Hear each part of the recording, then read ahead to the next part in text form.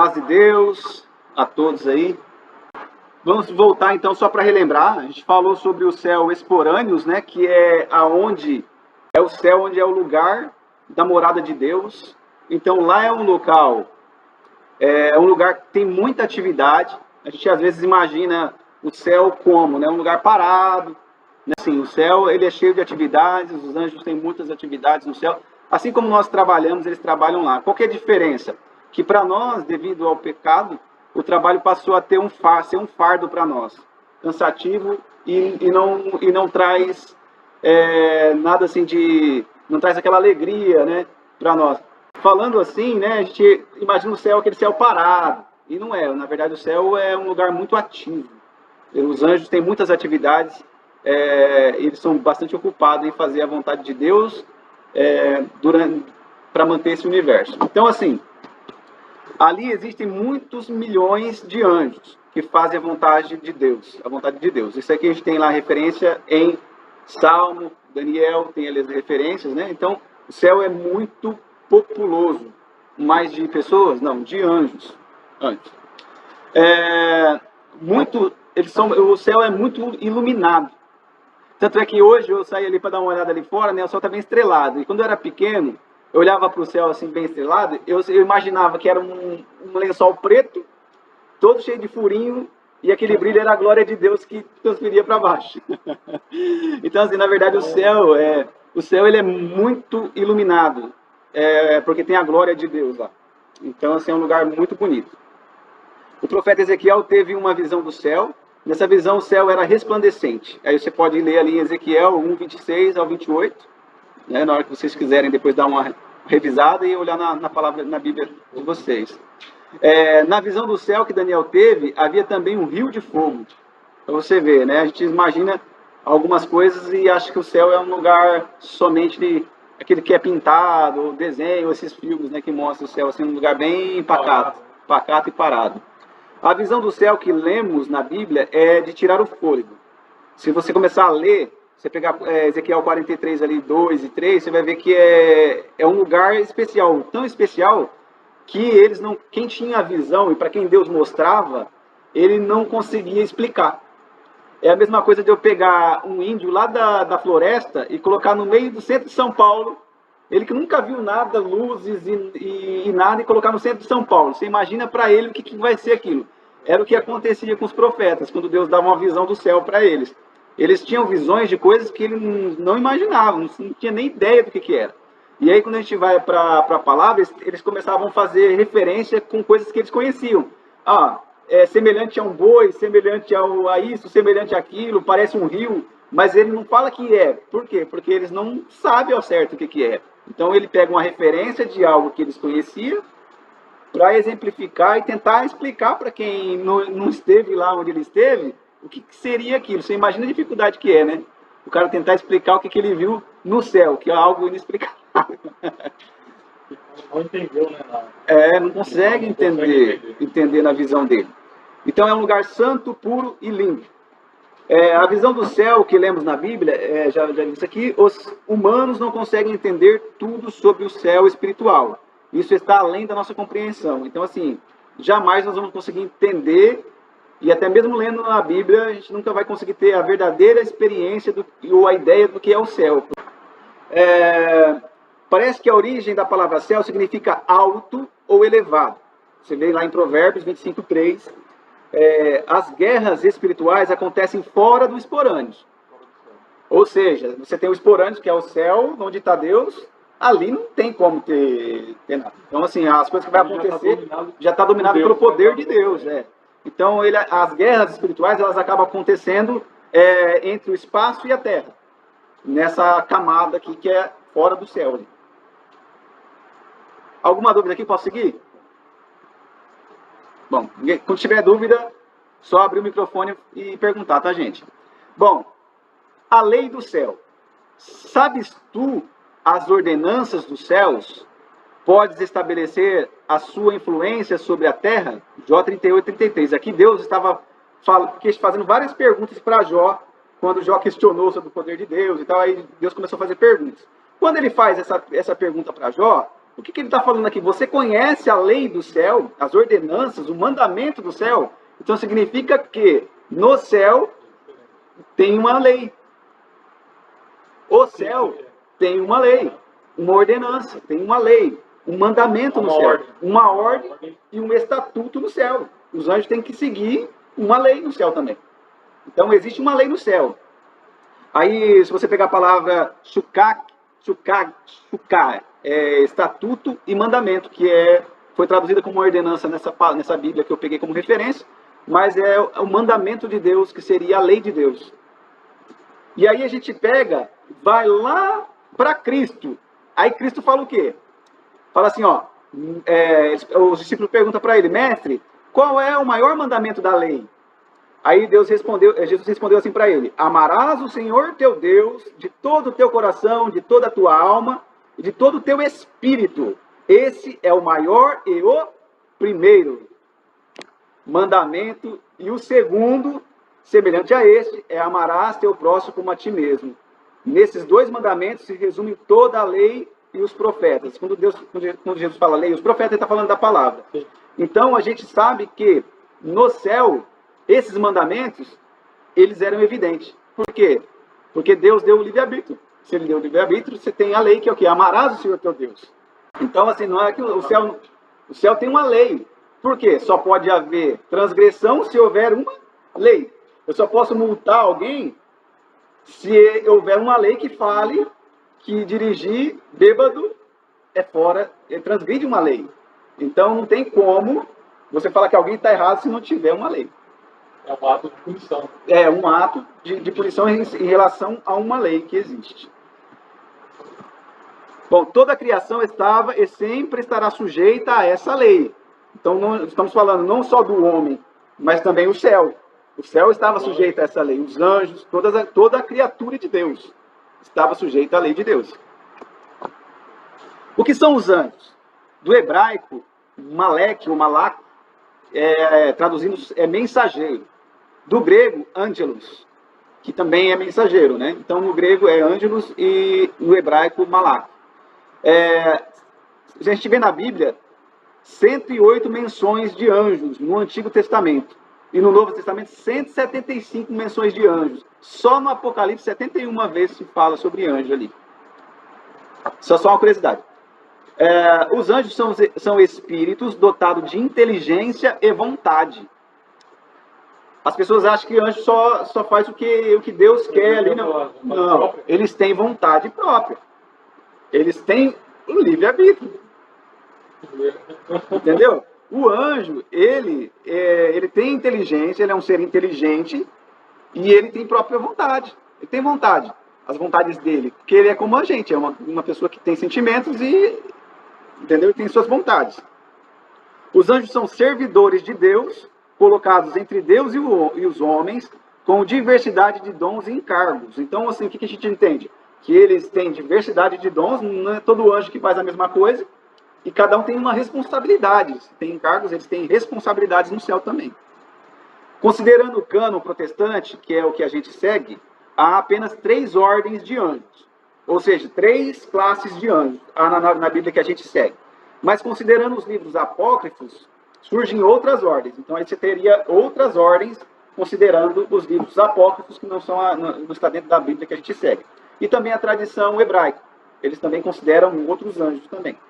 Sendo mais semelhantes a Deus, como puros espíritos, os anjos são superiores aos homens por sua força e poder. Então ele é diferente do homem, ele tem mais força. Mesmo o homem ainda em estado de glória, o anjo ainda tinha uma certa força e poder diferenciado ainda do homem. Qual a origem dos anjos? Então, quando que surgiu os anjos? Pouco se sabe sobre a origem, mas podemos inferir, com base nas Escrituras, que foram criados de uma só vez e que foram originados em Cristo. Eles foram originados em Cristo. Cristo originou a criação.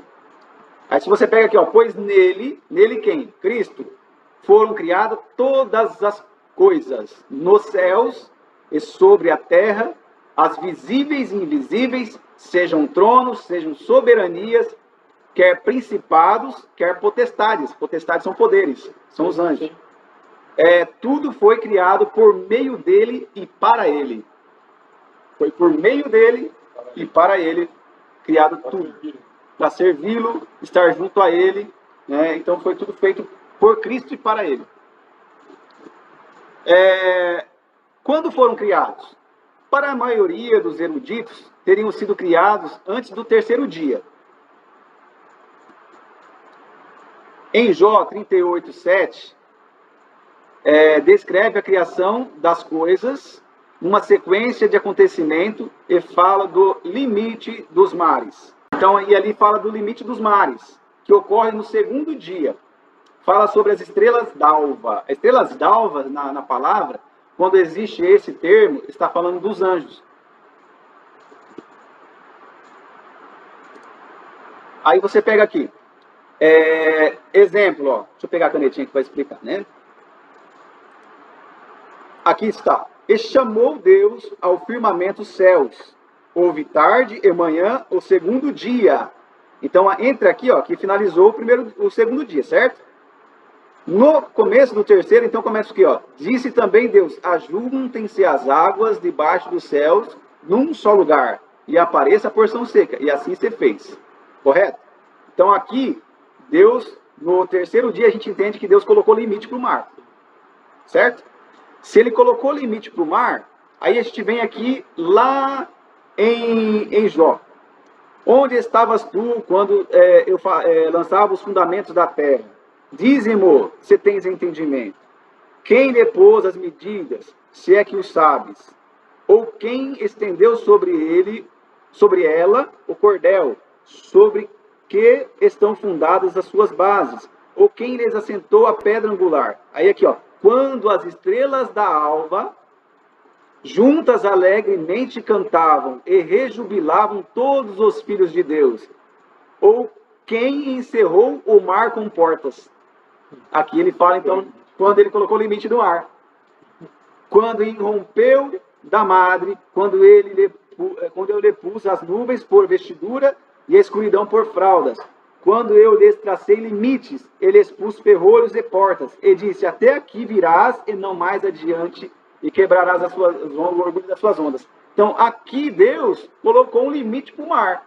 Se ele fala que as estrelas da alva brilhavam quando ele colocou o limite, e alegremente elas cantavam, que são os anjos, então no terceiro dia, os anjos já existiam. Certo? Então, a gente não dá para saber se foi criado no primeiro ou no segundo. Porém, se a gente levar em consideração, se os anjos já cantavam, é porque já existiam. Então, quando foram criados? Se a gente levar em consideração essa palavra, no princípio criou Deus os céus e a terra. Então, na criação dos céus, ele já criou os anjos. É onde mais se encaixa ali a criação dos anjos. Né? Então, a gente sabe que não foi depois não pode ser depois do terceiro dia, porque o mar tem que ser antes disso. E aí a gente pega o primeiro versículo, fala que Deus, então, criou os céus e a terra nesse dia. A gente sabe que os céus aqui se trata dos esporâneos. Aí agora vamos falar assim, das classes angelicais, na teologia protestante cristã, que é o que ela considera a Bíblia, né? Então a gente tem as classes.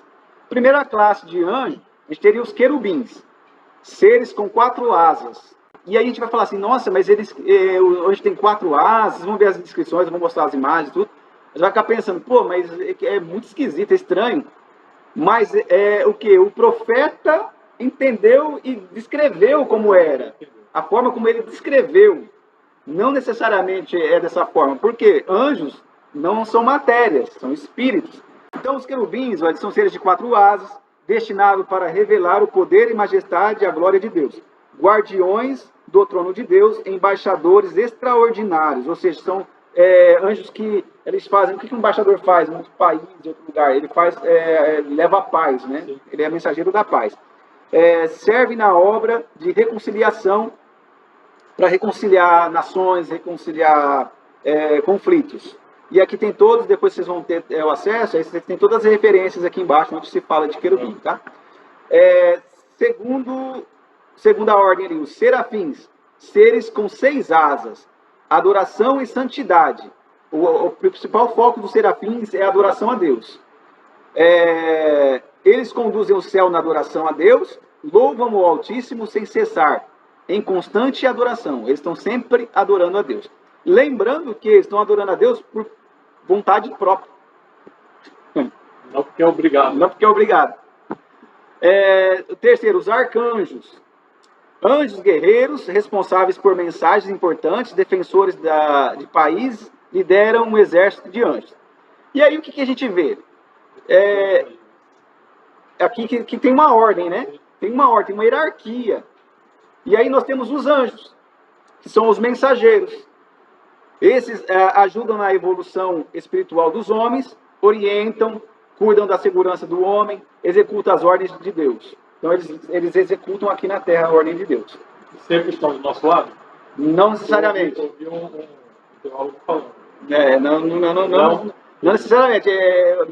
Eles são muito rápidos. Então quando tem uma situação ele vem, que nem no caso de Daniel.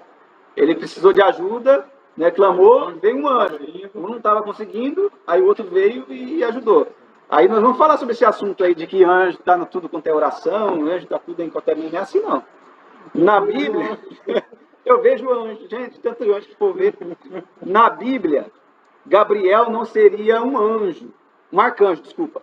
Na Bíblia aqui que a gente segue, Gabriel não seria um arcanjo. Ele é considerado um mensageiro principal de Deus. Na Bíblia protestante. Sua tarefa principal parece ser a de mediar e interpretar as revelações divinas. Então ele vem com a missão de entregar sempre mensagens para a igreja, né, para o povo de Deus. Na Bíblia, apenas Miguel seria arcanjo. Então, segundo a tradução da nossa Bíblia, e se a gente considerar só o cânon da nossa Bíblia, não tem outros arcanjos, tem só Miguel. Então é o arcanjo Miguel, não são arcanjos. Mas nós vamos ver uma outra referência que pensa diferente. Essa hierarquia reflete a ordem estabelecida por Deus no céu, na qual cada ordem angelical desempenha um papel importante na execução da sua vontade, da vontade de Deus. Ou seja, então você tem Deus, os serafins estão mais próximos de Deus ali na adoração, os querubins, os arcanjos e os anjos. Mas considerando o cânon, que seriam os apócrifos, considerando os livros apócrifos, como que ficaria essa classificação? A gente teria, na primeira hierarquia, estão diante de Deus, aqueles são serafins, a missão de iluminar e purificar, representa inteligência e caridade. E aí teria o príncipe deles, que seria Metatron, um anjo chamado Metatron. E aí nós temos os querubins, sabedoria divina, temperamento jovial, oferecem ao homem conhecimento, descobertas e ideias. Quem é o príncipe deles? Raziel. Tronos proclamam grandezas divinas através da música e inspiram o homem à arte e à beleza. O príncipe Tzapkiel, que seria Tzapkiel. Então essa é a primeira ordem com 3 tipos de hierarquias nessa primeira hierarquia. Na segunda hierarquia, tem o governo que dirige o governo em direções universais. Tem as dominações, poder de comunicação, governo geral do universo, atua em conflitos que a gente está falando no universo. Aí teriam 2 príncipes, que seria Tzadkiel e Uriel. É o mesmo nome. Não, é diferente. Esse é Tzapkiel, esse é Tzadkiel. É outro, E aí temos aqui potestades, são guardiões das espécies vivas no universo, governam o mundo físico e moral. O príncipe deles é o Camael, que seria o príncipe que fala que é aquele que organiza e orienta esses anjos. E aí tem as virtudes, anjos da saúde, promove prodígios e milagres da cura, o príncipe é o Rafael. Príncipe Rafael. Aí a terceira hierarquia, terceira e última, é a execução das determinações divinas. Então a terceira hierarquia ela vai executar, certo? Essa aqui é mais focada na adoração, essa daqui mais no governo e essa na execução. Então nós temos os principados. Quando você lê a Bíblia, ela fala de principados e potestades e tal. Então aqui são os principados, responsáveis pelos governos, estados e países. Para cada país existe um anjo focado para esse país. O Brasil tem um anjo focado para ele. É uma organização, cada nação tem um principado que cuida dessa orientação. Em questão da principados e potestade, ele não é só voltado para o mal? Não. Principados e potestades, principados são príncipes, potestades é poder. A gente sempre pensava isso, nem principados, independente de qual seja. Não separará nem o poder, nem o governo. Isso, nem poder, nem governo separará do amor de Deus. Então aqui você tem ali, ó, aqui o responsável pelos governos, estados e países, eles vigiam os líderes de todos os povos. E aí o príncipe deles é o Raniel. Arcanjos, anjos guerreiros, responsáveis por mensagens importantes, defensores de países, príncipe Miguel. Ou seja, eu já cansei de ver em oração, eu tô falando assim, Miguel está aqui. Miguel, gente, só vem na Terra, acho que 2 vezes que a gente sabe na Bíblia. Uma para uma para socorrer o anjo Gabriel, quando ele veio trazer mensagem para Daniel, e a outra quando veio quando Satanás queria pegar o corpo de Moisés.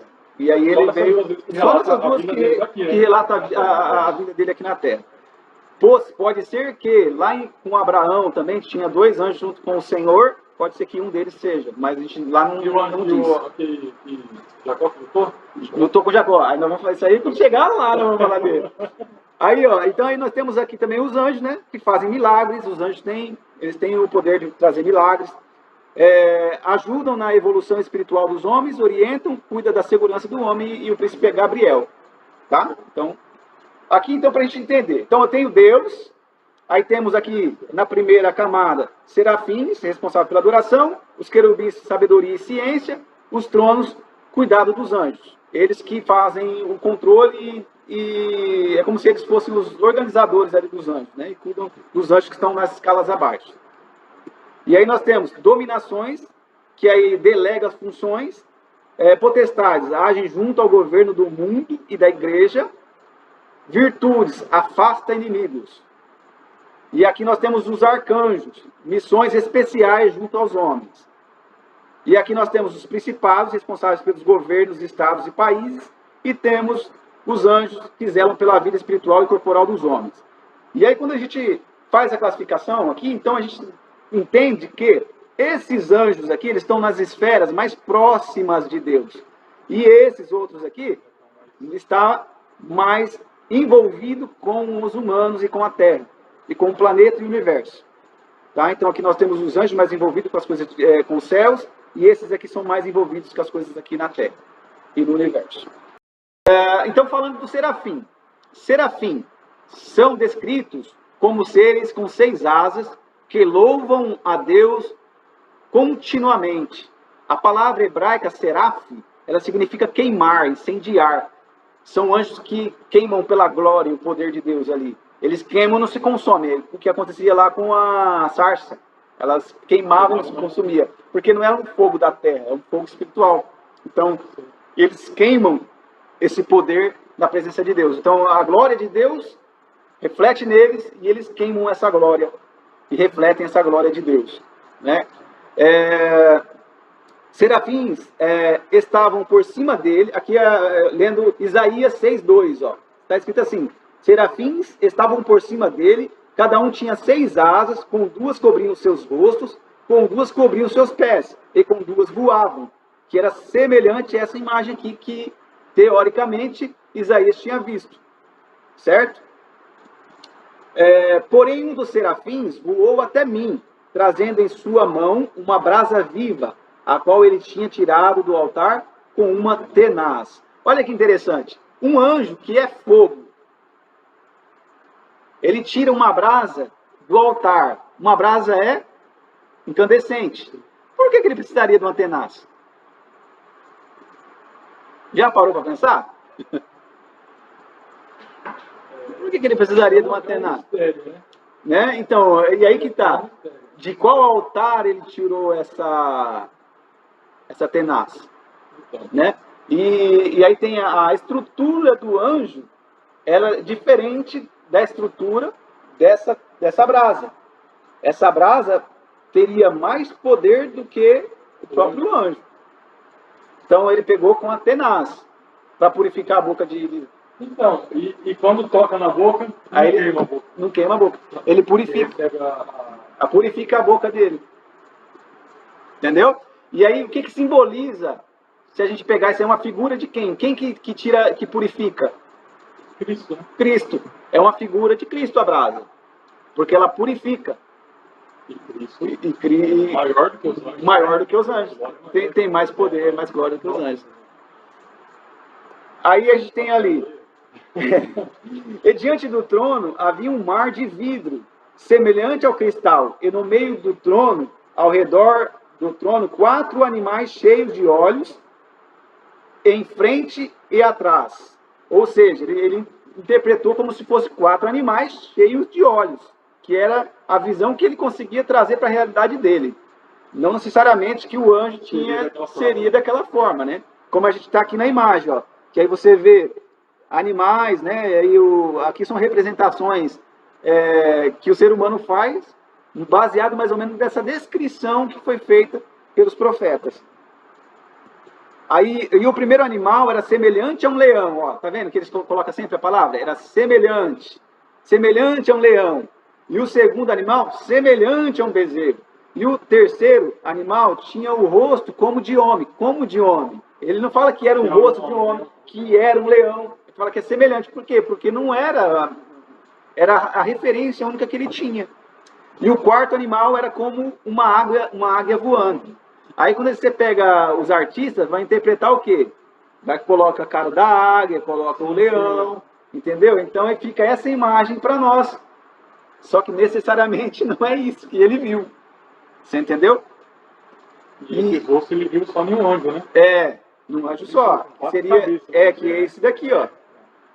E os 4 animais tinham cada um em si 6 asas ao redor. E por dentro eram cheios de olhos e não tem repouso de dia nem de noite. Dizendo o tempo inteiro, Santo, Santo, Santo é o Senhor Deus, o Todo-Poderoso que era e que é e que virá. Isso não tem descanso, dia e noite glorificando a Deus. E isso, gente, por escolha, não é obrigado.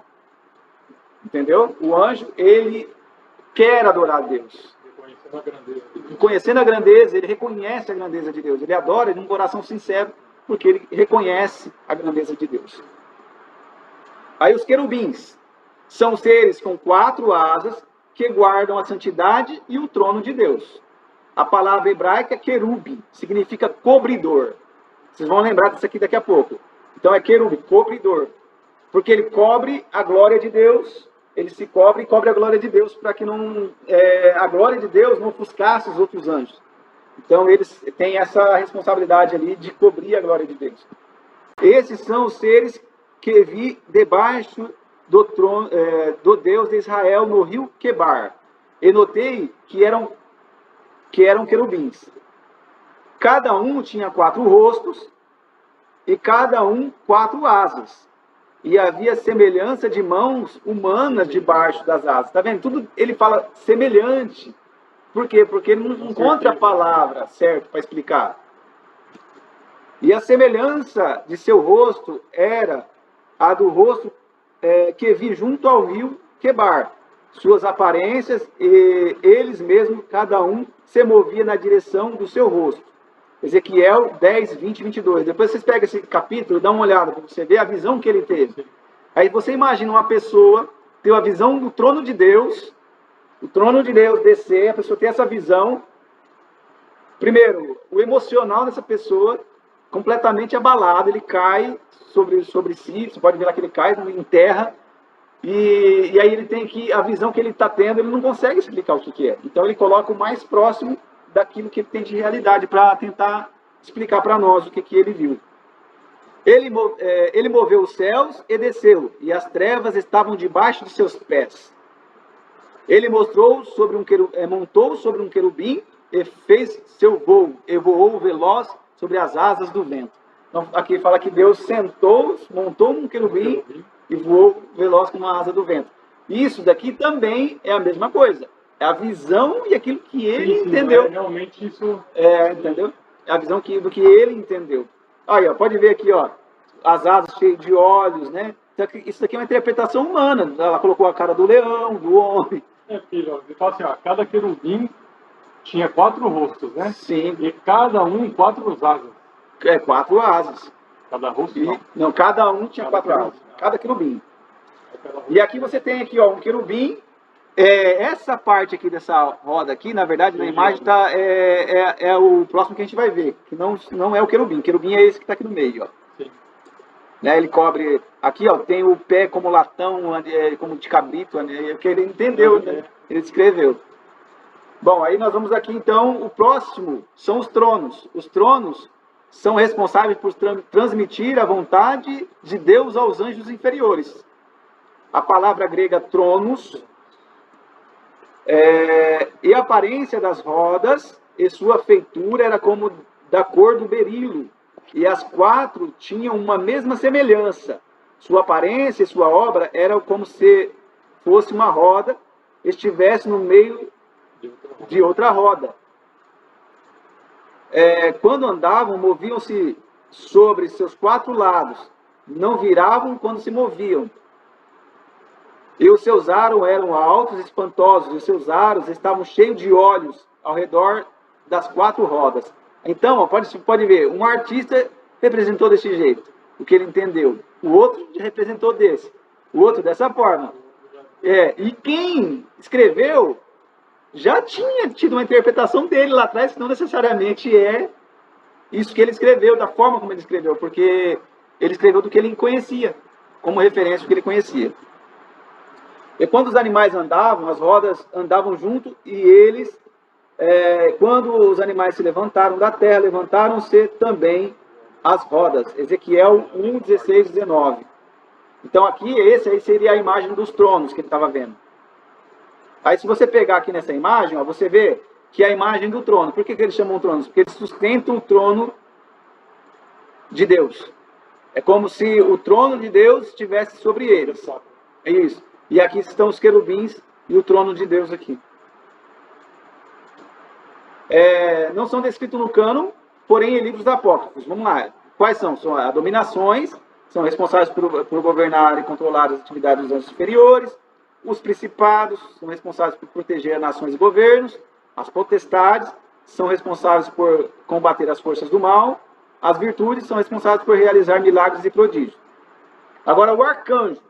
Porque eu coloquei aqueles juntos porque não está no cânon e não tem imagem deles, e nenhuma representação explicando como eles seriam. Já o arcanjo, a gente já tem descrições de como seria o arcanjo. Arcanjo do grego, arcângelos, primeiro, principal, mensageiro. No latim, arcângelos é o anjo principal ou anjo da mais alta ordem, a 8ª, na hierarquia celeste. Na Bíblia cristã, o termo aparece apenas 2 vezes, e apenas no Novo Testamento. No cânon protestante cristão, aparece apenas o arcanjo Miguel. Porém, considerando apócrifos, seriam 7 arcanjos. Quais seriam? Isso aqui, gente, é só para conhecimento de vocês. Tá? Atualmente, a gente segue o cânon bíblico, que é a nossa Bíblia hoje tem uma referência aos livros, mas nós temos os apócrifos, que são livros também, e que tem, inclusive, histórico, que tem ali relatos do povo que era mais antigo, dos hebreus ali, que tem aqui uma tradição, né, que era dessa forma. Então a gente pega lá, Rafael, o que significa Rafael? Deus te cura, ou cura de Deus. Gabriel, enviado de Deus, aqui eles colocam Gabriel como arcanjo, você viu? Né, no cânon, nos outros cânones. Uriel, fogo de Deus, Deus é minha luz. Baraquiel, relâmpago de Deus. Fanuel, face de Deus. Juridiel, aquele que glorifica a Deus. Salatiel, intercessor de Deus. Miguel, ninguém é como Deus, ou semelhança de Deus. Aqui existe uma frente teológica que diz que Miguel era Jesus. Eles acreditam que Miguel era Jesus. Aí tem alguns textos e eles se baseiam em algumas informações, né? Bom, eu não acredito necessariamente nisso, falando por mim. Mas aí depois vocês podem se aprofundar nesse assunto. Mas Por que eles acreditam nisso? Primeiro, porque Miguel significa ninguém é como Deus, semelhança de Deus. Certo? Então eles acham que Miguel seria Cristo, principalmente porque está escrito lá no Apocalipse.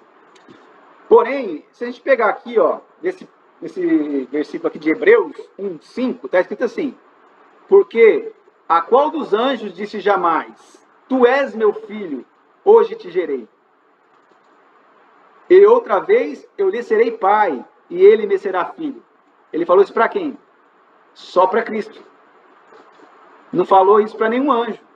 Então a gente entende que não tem embasamento, fundamento para isso. Né? Deus nunca disse a um anjo, hoje te gerei. Porém, ele só disse isso a Jesus. Só Jesus foi gerado. Né? De Deus, direto de Deus. Porque Jesus foi gerado em Deus, da mesma substância, por isso que ele é santo e é Deus. Agora, os anjos foi gerado através de Cristo, mas não com a mesma substância do Pai e do Filho. Foi feito criatura. Entendeu? É diferente. É diferente. Bom, aí os anjos também tem descrição, né? Os anjos são os seres angélicos mais próximos do reino humano. O último degrau da hierarquia de anjos são os anjos. São dotados de vários poderes sobrenaturais. Eu coloquei sobrenaturais. Como o de se tornarem visíveis e invisíveis, à vontade. Voar, operar milagres diversos e consumir sacrifícios com seu toque de fogo. Isso está na palavra. Feitos de luz e fogo. Sua aparição é imediatamente reconhecida como de origem divina, também por sua extraordinária beleza. Geralmente quem vê o anjo já relaciona com o céu. E a aparição do anjo, eles sempre se incorporam de uma maneira que já é tradicional, a pessoa sempre fala, né? Que é o anjo com as suas asas e tudo mais. Aspectos e características dos anjos. Agora vamos entender alguns detalhes aqui sobre os anjos. As características. Não são alma de quem morreu. Tem muita gente que fala que os anjos são almas dos que morrem. Não se casam. Não têm idade, pois estão na eternidade. Estão naquela área do tempo, né, que não é tempo, que é o Kairos, que é o tempo de Deus. Possuem grande poder. Os anjos têm poder. Por exemplo, tem uma grande força, uma pedra com 2 metros de diâmetro por 30 centímetros de espessura, pesaria cerca de 4 toneladas. E você vê lá que o anjo moveu a pedra. Isso assim... entendeu? Então, um poder muito grande. São mais sábios que o homem, entretanto, não são oniscientes. Aqui, ó, locomovem-se rapidamente. Os anjos são comparados à luz na locomoção. A velocidade da luz é de aproximadamente 300 mil quilômetros por segundo. Equivale a 7 voltas ao redor da Terra num abrir e fechar de olhos. Essa é a velocidade que o anjo tem. Então ele precisa estar o tempo inteiro do lado da gente? Não. Quando ele tem uma ordem, ele rapidão ele está. E sempre terá anjos cuidando da gente. Não tem um anjo específico que só cuida, o anjo da guarda cuidando do Ezequiel. Não. Os anjos cuidam de todos. É uma responsabilidade de todos os anjos. Estão a serviço de Deus, prontos a nos ajudar. Aí está lá em Daniel, referência. A oração de Daniel não deve ter durado muito tempo. Enquanto o profeta orava, o anjo Gabriel veio rapidamente em seu auxílio. Então ele não estava ali do lado dele, guardando ele. Né? Não. Os anjos obedecem às ordens de Deus, não às nossas. Ou seja, tem gente que acha que pode falar assim: vem anjo, Miguel vai fazer oração, desce aqui anjo, não sei o quê, e o anjo vai descer. Eu vejo um anjo entrando na igreja, agora o anjo vem. Gente, ele só obedece a Deus. Deus falou, vai, ele vai. Se não falou, não vai, ele não vai. Então, assim, tem muito anjo aí que, se for ter todos esses anjos, eu acho que tem mais anjo que tem no céu, pelo jeito. Apesar que são muitos anjos, né? Eles se registram, aqui é importante, ó. Eles registram são todas as ações humanas. Todas as ações do Ezequiel estão escritas no livro. Todas as minhas ações estão escritas no livro. Todas as ações do Natan estão escritas no livro. Todas as da Vitória estão escritas. Todas. Eles escrevem todas as ações do homem. Por quê? Haverá um julgamento. E um julgamento precisa ter provas. Provas, registros.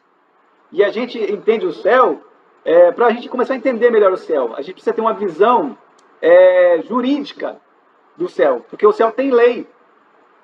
Toda lei existe uma lei a ser seguida, né? Então, se ela vai ser seguida, pode haver o quê? A não cumprimento da lei. Se eu não tenho cumprimento da lei, eu tenho que haver uma punição. Para eu ter uma punição, eu preciso ter um julgamento. Para eu ter um julgamento, eu preciso ter provas. Então, Deus é perfeito no plano dele de salvação. Ninguém vai poder falar assim, ó, eu não fiz isso. Ah, eu não fiz aquilo. Está registrado. Sabe aquele dia que você olhou para a mulher que passou de sainha curta? Você olhou?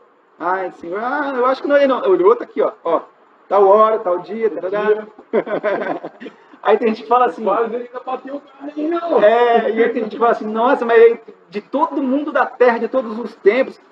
Gente, Deus vai ter a eternidade para julgar a gente. É a eternidade para o julgamento do trono branco. Então, meu filho, cada pessoa vai ser julgada no detalhe. Anjos dominam os elementos da natureza, fogo, ar, vento, terra, água. Eles dominam isso. Né? Então, assim, um exemplo. E aí a gente pode falar, a gente está falando de anjos. Anjos. Os demônios eram anjos. Entendeu? Então, tem sinais e coisas que acontecem que pode não ser Deus. E a gente vai chegar mais nesse detalhe quando a gente começar a falar de demônios. Mas só para vocês lembrarem aqui, ó. Anjos, demônios foram anjos. Então, sim. Tudo que a gente está falando aqui que o anjo tem, os demônios foi mandado também tem. Se incorporam. Os anjos eles se incorporam. Eles tomam o estado físico, até se alimentam, comem, junto com o ser humano. Muitas pessoas podem ter hospedado anjos em sua casa sem saber que eram anjos. Isso aqui está... Como uma pessoa física. Como uma pessoa normal. Orgânica, normal. Vai ser, o cara toca, né? E aí a gente tem aqui o seguinte, ó. Tem livre-arbítrio. Aquilo que a gente estava falando ali, estava dando uns spoilers já. O anjo ele tem livre-arbítrio. Toda criatura de Deus tem livre-arbítrio. Então, quando Deus criou o anjo, ele deu livre-arbítrio para ele. Todos os anjos. Todos no céu. Então, aqueles que adoram, que nem aqueles anjos que passam dia e noite adorando, eles adoram porque eles querem adorar. Eles sentem Deus ali. Imagina que glória que é. Então, eles adoram porque querem adorar. E aí, quando a gente começa a entender por que aconteceu algumas coisas. Porque todos têm o livre-arbítrio. Por que Deus, então, deu o livre-arbítrio para os anjos, para os homens? Aí eu sempre falo assim, eu quero ser amado pelo que eu sou. Se eu tivesse o poder de fazer, por exemplo, a Fernanda me amar, eu iria fazer isso? Poderia até fazer, mas eu seria apenas um ditador, não seria amado por vontade própria, eu seria amado de uma forma obrigada, ela me amaria obrigado, assim, né? E não seria um verdadeiro amor. Não é amor. Não é o amor. Não é o amor. Então Deus, ele quer ser amado pelo que ele é, não pelo que ele dá ou oferece. Né? Então, Deus deu o livre-arbítrio para que a criatura pudesse decidir. Eu quero amar esse Deus. E ele quer se sentir amado pela criatura, pelo filho que ele criou. Em espírito e em verdade. Né? E o mandamento é aquele, amarás somente ao Senhor teu Deus. Né? Adorarás a Deus. Porque o que acontece? A gente fala assim, mas por que Deus... Tem hora que parece que Deus é egoísta, quer tudo o amor para ele. Mas por quê? Porque nele está a essência de tudo. Ou seja, se você comparar, pode um peixe viver fora do mar? Fora da água? Não. Então o mar fala para o peixe assim, venha para mim. Ele está errado em falar, venha para mim? Não está errado. Por quê? Porque ele sabe que fora dele o peixe vai morrer. Ele fala, peixe, eu sou o mar, vem para mim, só tem vida aqui. E aí o peixe, não, e pula, e não vai para o mar. E aí morre fora do mar. Entendeu? É igual a gente. Então, né? Então, assim, por isso que fala, livre-arbítrio é o poder de cada indivíduo, tem de escolher suas ações. Que caminho quer seguir? Há alguns aspectos mais aqui dos anjos, né? Características, né? São espíritos de natureza espiritual, assexos, não se reproduzem, criatura, feitos por Deus, eles são criatura, imortais, não são sujeitos à morte, numerosos, são hostes e raças de anjos. São hostes, são de vários, né? Muitos. Não raça. E não raça, isso. Desculpa. São hostes e não raça, velozes, não sujeitos ao espaço e tempo, e pessoais, características. Eles têm características. Tem o anjo, o Uriel, é o anjo tal, é aquele anjo que gosta de fazer tal coisa, é aquele anjo que sente assim, entendeu? É que nem eu falo assim, ó, o Ezequiel gosta de ler a Bíblia, o irmão fulano lá gosta de congregar. Então, a gente tem a característica daquele anjo. Então, se eu pegar lá Gabriel, ele tem a característica dele, ele gosta de algumas coisas. Ele se sente bem fazendo algumas coisas. Ele é uma pessoa, uma criatura de Deus. Tá? Ele segundo Samuel. Segundo Samuel. Bom, aí as limitações dos anjos. Os anjos também tem limitação. Não podem receber adoração. Isso é a base. Eles não podem receber adoração. Mesmo sendo seres celestiais, eles não podem receber adoração. Então, todo anjo que você vê na Bíblia recebendo adoração, tem que ficar ligado com uma coisa. Só quem pode receber adoração? Deus. Só Deus. Tá? Então, toda vez que você lê a Bíblia e um anjo aceitou a adoração, ali é Cristo. Então, mas como que esse anjo aqui recebeu a adoração? E depois deu um nome para Jacó. Mudou o nome dele de Jacó para Israel. Né? Como que esse anjo recebeu a adoração? Porque não é um anjo. Bom, aí tem as limitações. Então, o anjo não pode receber adoração, tá?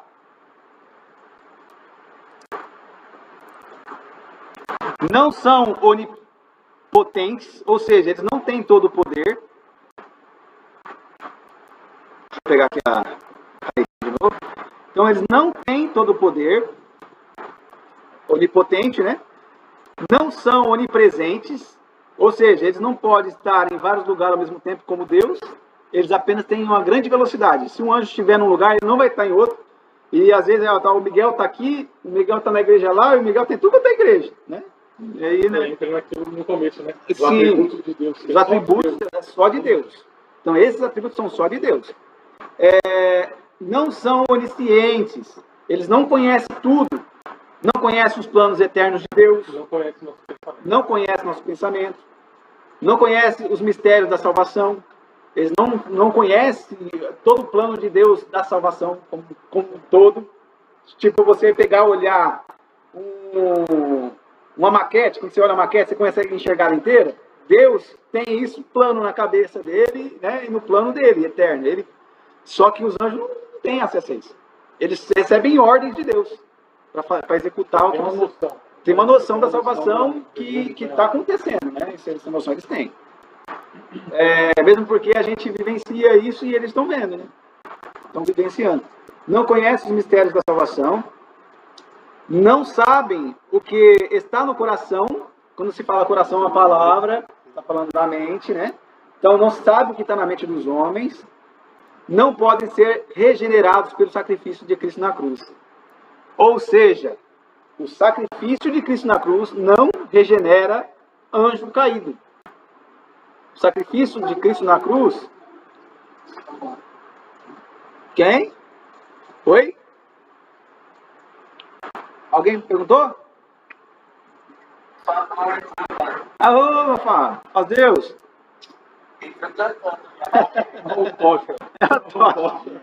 Tá, vamos seguir aqui então, Fabinho.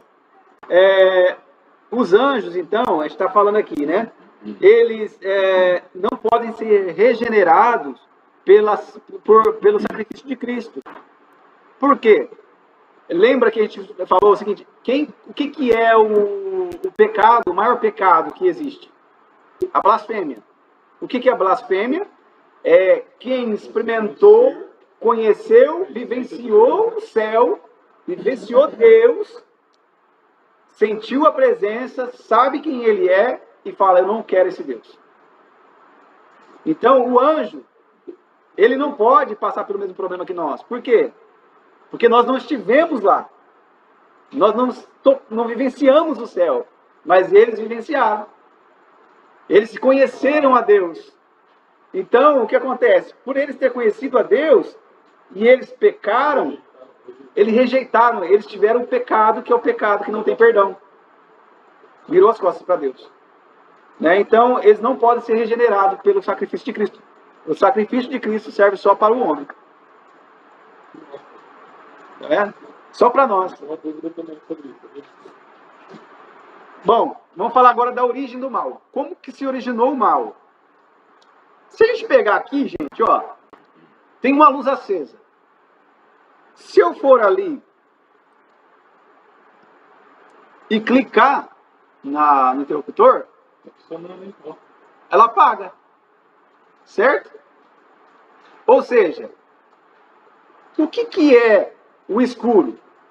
Ausência da luz. A ausência da luz. O escuro é a ausência da luz. Então, o que é o mal? O mal é a ausência do bem. É a ausência de Deus. Então, assim, se a gente pensar, qualquer coisa que não está em harmonia com a ordem divina, aquilo que é moralmente errado, aquilo que prejudica ou fere a vida ou a felicidade, aquilo que cria desordem no mundo, é o mal. Porque não está de acordo com a luz, com o que Deus é. Então, o mal é a ausência do bem. O mal é a ausência de Deus. Certo? Então, Deus criou o mal. O mal é a ausência de Deus. Isto é, o mal é aquilo que é contrário a Deus. Então, sobre esse aspecto, não é errado dizer que, teoricamente, o mal sempre existiu. Isso porque Deus é plenamente bom e santo, também sempre existiu.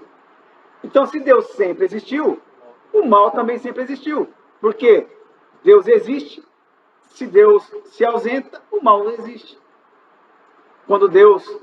Aonde Deus está, o mal não existe. A gente fala, mas Deus está na terra e tem mal? Aí nós vamos falar sobre esses assuntos. Então, mas assim, o que é o mal? É a ausência do bem. Então, por isso que está escrito lá que o nosso coração, desde o nascimento, tende para as coisas do mal. E nós não tínhamos o bem, né? Não tinha o bem. É depois que nós tivemos isso. E aí, então, o que acontece? Aí o mal, a gente precisa entender isso. O mal, ele é algo que ele sempre existiu, porque Deus sempre existiu. Aonde há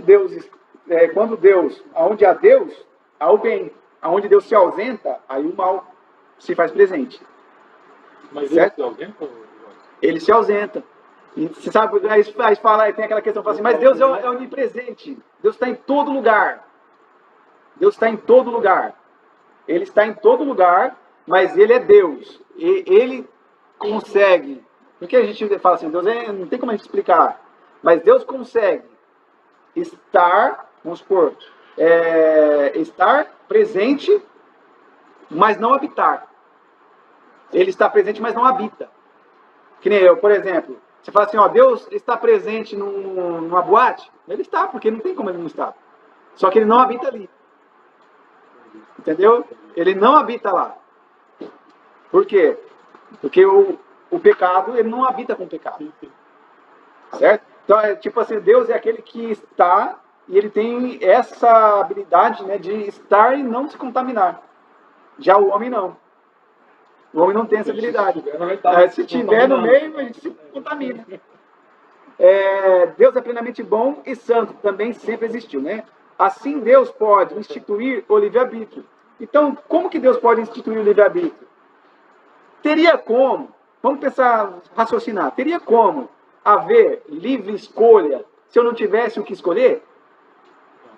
Se eu só tivesse, por exemplo, quando eu comecei lá a sair e tal, se só tivesse a Fernanda, minha esposa, eu teria como ter escolhido ela se sentir escolhida? única opção. Não, é a única opção, mãe.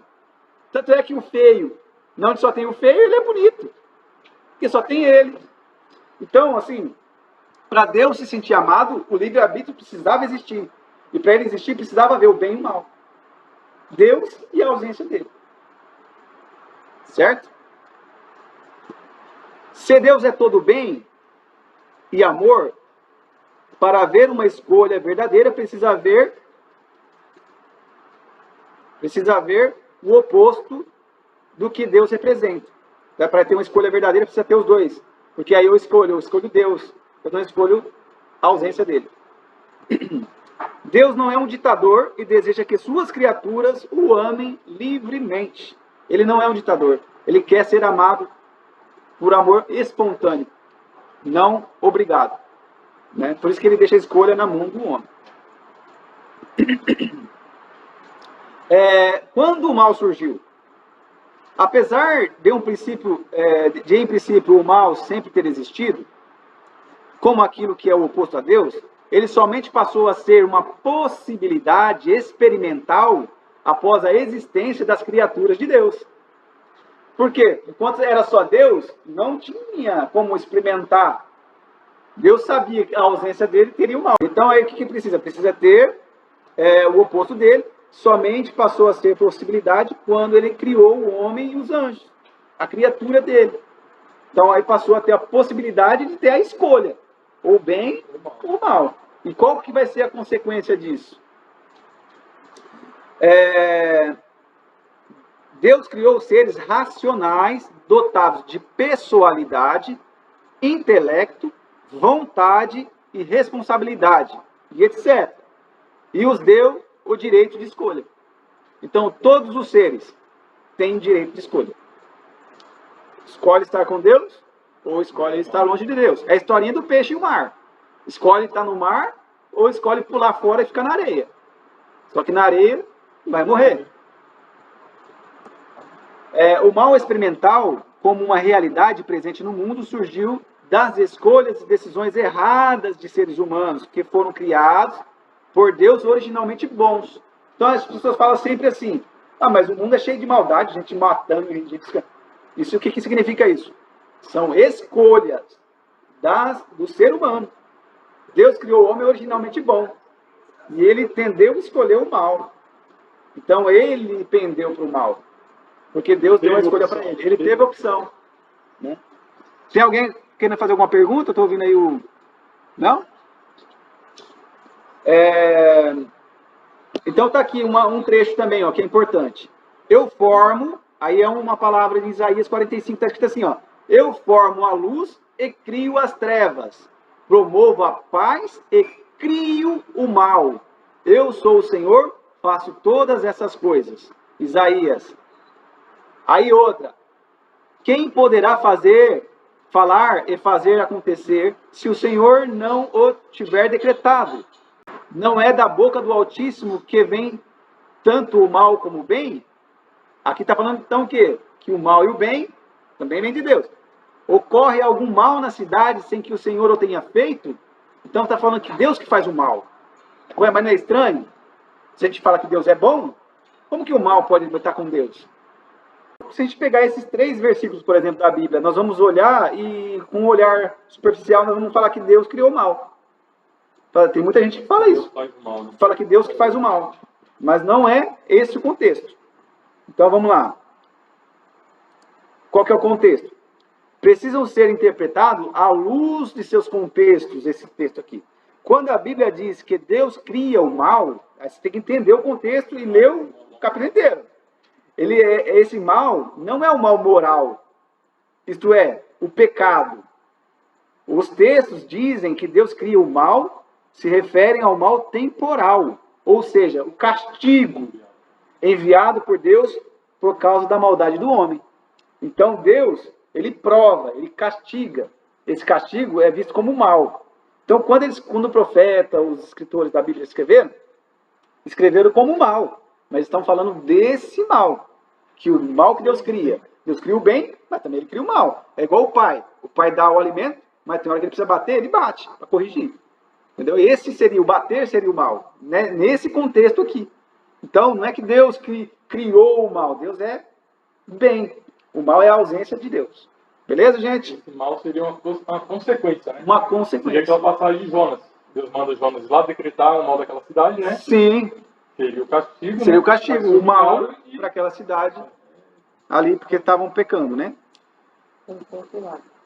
Bom, aí vamos falar aqui, ó, a primeira teoria do motivo da rebelião no céu. Mas por que teve essa rebelião no céu? Por que o danado quis se revoltar lá contra Deus lá no céu, gente? Primeiro, o motivo vocês já sabem. Porque os anjos tinham livre arbítrio. Primeira coisa é isso. Eles tinham escolha. Eles podiam escolher. E aí, eu peguei aqui alguns motivos, né? E aí tem um que está no livro de Abraão, que é um livro apócrifo também. Aí, qual que era o plano? Vamos lá. Qual que era o plano de Deus aqui? Então, Deus criou o homem e assim os provaremos. Ou seja, e assim nós vamos testar eles. Deus criou o homem, colocou no jardim e colocou a árvore lá. Para quê? Para testar. Para ver se farão todas as coisas que o Senhor Deus lhes ordenar. Não coma do fruto. Então, Deus colocou lá para o teste. E os que guardarem seu primeiro estado receberão um acréscimo. E os que não guardarem seu primeiro estado não terão glória no mesmo reino. Aí ele fala assim, ó, Deus testaria o homem e aquele que fosse aprovado, ele receberia um acréscimo da glória, um acréscimo de glória. Então colocou o homem, testou ele, foi aprovado, um acréscimo de glória, de poder, certo? Aquele que não fosse aprovado, perderia sua glória. Entendeu? Perderia a glória do corpo. Então, o homem foi colocado glorificado no Éden. Se ele fosse aprovado, seria aumentada a glória dele. Se ele reprovasse, seria tirada a sua glória. Que é essa carninha nossa hoje aqui. Por quê? Porque Adão foi reprovado no teste. Então ele perdeu a glória. Certo? E os que não guardarem seu primeiro estado, não terão glória no mesmo reino. Ou seja, o que está falando aqui? Ó? Criou o homem e colocou no jardim. Quem não guardasse o primeiro estado, que é aquele estado de glória, ele não poderia ficar no mesmo jardim. Ele ficaria onde? Fora do jardim. Por que então Deus criou o jardim? Sempre, alguém já se perguntou isso? Por que Deus criou o jardim, colocou o homem ali? Mas por que Deus criou então tudo fora, essa terra enorme fora? Por quê? Tem um homem, foi criado, colocou dentro do jardim, glorificado. Se ele fosse aprovado, ele teria mais glória. Se ele fosse reprovado, ele sairia para essa terra. Já era plano de Deus. Então já estava preparado. Agora, se o homem como o homem não passou no teste, ele foi tirado da sua glória e ele foi colocado no outro lugar que é fora do Éden. Que é um lugar onde ele estava sem glória, e aí o pecado dominou a face da terra. Né? Então, e Deus já sabia que o homem ia... Deus já sabia que o homem ia errar, né? Então, tudo já estava pronto, preparado. Deus já sabia. Então, aqui guarde o seu primeiro estado. Então, se a gente pegar, por exemplo, ó, aquele que não fosse aprovado, perderia sua glória, né, o poder, e viria para fora do jardim. E os que guardarem o seu segundo estado entrariam na eternidade. Seria a Nova Jerusalém. Então, o plano original de Deus era o quê? O homem que fosse aprovado aqui naquele ambiente de céu que era no jardim, mesmo com a árvore da vida, ele seria o quê? Aprovado para ir para Jerusalém Celestial, que é a cidade santa, no céu. Aí o homem errou, foi para o primeiro estado, perdeu o primeiro estado, e ele foi para a terra. Certo? Só que o plano de Deus é perfeito. Aí viria Cristo para a gente poder depois voltar a reconciliar com Ele e ter esse direito de novo de entrar no céu. Então a gente vê que esse plano de Deus, Satanás criou tudo isso, mas o plano de Deus ele vai se concretizar naquilo que Deus planejou. Aí a gente pega aqui, escolha. Coloquei aqui, ó, escolha. E ainda continuando o texto. E o Senhor disse, quem enviarei? E um semelhante ao filho do homem respondeu, eis-me aqui, envia-me. Aí outro respondeu, eis-me aqui, envia-me. E outro respondeu, envia eu. Entendeu? O filho falou assim, me envia. quando errar o homem me envia, né, para resgatar, se caso ele... Aí já Satanás já falou o quê? Envia a mim, certo? Envia a mim. E o Senhor disse, enviarei o primeiro, Cristo. E o segundo irou-se e não guardou o seu primeiro estado, que era o estado dele de glória no céu, e naquele dia muitos o seguiram. Aí o motivo, aí aqui a gente já lê em Moisés também, que é outro livro apócrifo.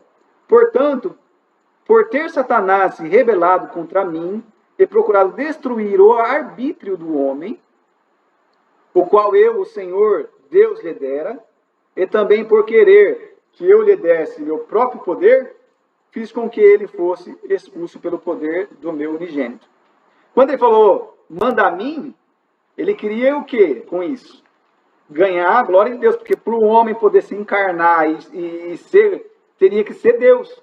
E Cristo falou, envia a mim, porque Cristo é a mesma essência do Pai. A mesma glória.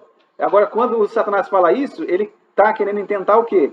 Que ele seja revestido e entre no mesmo conceito que Deus é. Só que Satanás era o quê? Criatura. Ele não queria o trono, né? Ele queria a glória. Ele queria a glória. Lúcifer e seus seguidores queriam que a salvação viesse automaticamente a todos os que passassem pela mortalidade, independentemente das preferências individuais do arbítrio ou da dedicação voluntária. Então, para ele queria colocar o plano de que tanto faz, o cara fizesse ou não fizesse, ele seria salvo do mesmo jeito, se errasse, não errasse, salvasse todos. Entendeu? Em outras palavras, Lúcifer se propôs a salvar a todos, não importando o que fizesse. Isso destruiria o arbítrio, a ferramenta usada para identificar os que verdadeiramente amariam a Deus. Então, o plano dele, a ideia dele era, para que passar por tudo isso? Então, já salva todos, independente do que o cara fizer de errado. Só que aí não ia ter a escolha, né? A escolha por Deus, porque você ia forçar o cara a ser salvo. Você ia forçar ele a ser salvo. Mesmo sem ele querer ser salvo, não, nem ser salvo, que eu quero salvar. Obrigado, né? Ia ser obrigado. Ia ser obrigado a ser salvo. Então ele queria, na verdade, instituir uma imposição. Aí tem outros possíveis motivos. Esse primeiro que eu coloquei é com base nos apóstolos. Agora, outros possíveis motivos. Lúcifer teria se sentido enciumado com a relação entre Deus e a sua mais nova criatura. Ou seja, Deus criou o homem à sua imagem e semelhança, e seu contato com ele era relacional, não apenas servidão. Então Deus tinha uma relação de proximidade, não apenas de ordem aos anjos para fazer, executar, tal. Era uma relação de filho e pai mais próxima. E aí isso teria causado um descontentamento em Satanás, quando ele começou a ver que Deus tinha uma relação muito próxima com o homem. Há quem afirme que Satanás desejou fazer parte da Trindade, formação de quadrilha.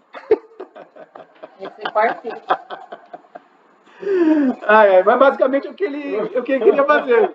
Ele queria fazer parte, quando ele falou, manda a mim, né? Na verdade, ele queria formar uma quadrilha, porque é Pai, Filho e Espírito Santo, aí ele queria entrar no meio, sendo criatura. Entendeu? Fato é que os seres humanos aos seres humanos não fora dado maiores detalhes sobre essa trama diabólica. Então, assim, não foi dado muito detalhe, é o que a gente consegue entender o que aconteceu. Não foi 100% detalhadinho, tarará, porque não é esse o propósito. Porque na nossa tradução aqui não tem, né? Não tem. Nada não relacionado tem. A isso. Então, assim, para a gente ter uma ideia do que possa ter acontecido, né? Lá. A batalha de Apocalipse. Toma muito cuidado com isso, porque muita gente pega a batalha de Apocalipse, que fala aqui, e foi precipitado o grande dragão, a antiga serpente, chamado Diabo e Satanás, que engana todo mundo, e foi precipitado na terra, e seus anjos foram lançados com ele. Acha que essa daqui é a primeira guerra. Não é a primeira guerra. Apocalipse está falando da guerra futura de Apocalipse.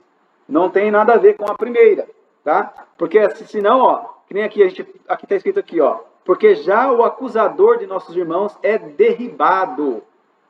Então, lá na primeira, ele ainda estava numa outra condição. Aqui já é a derrota, Cristo já derrotando ele. E eles o venceram pelo sangue do Cordeiro. Então, como que pode Satanás ter caído lá atrás se o sangue do Cordeiro foi derramado depois?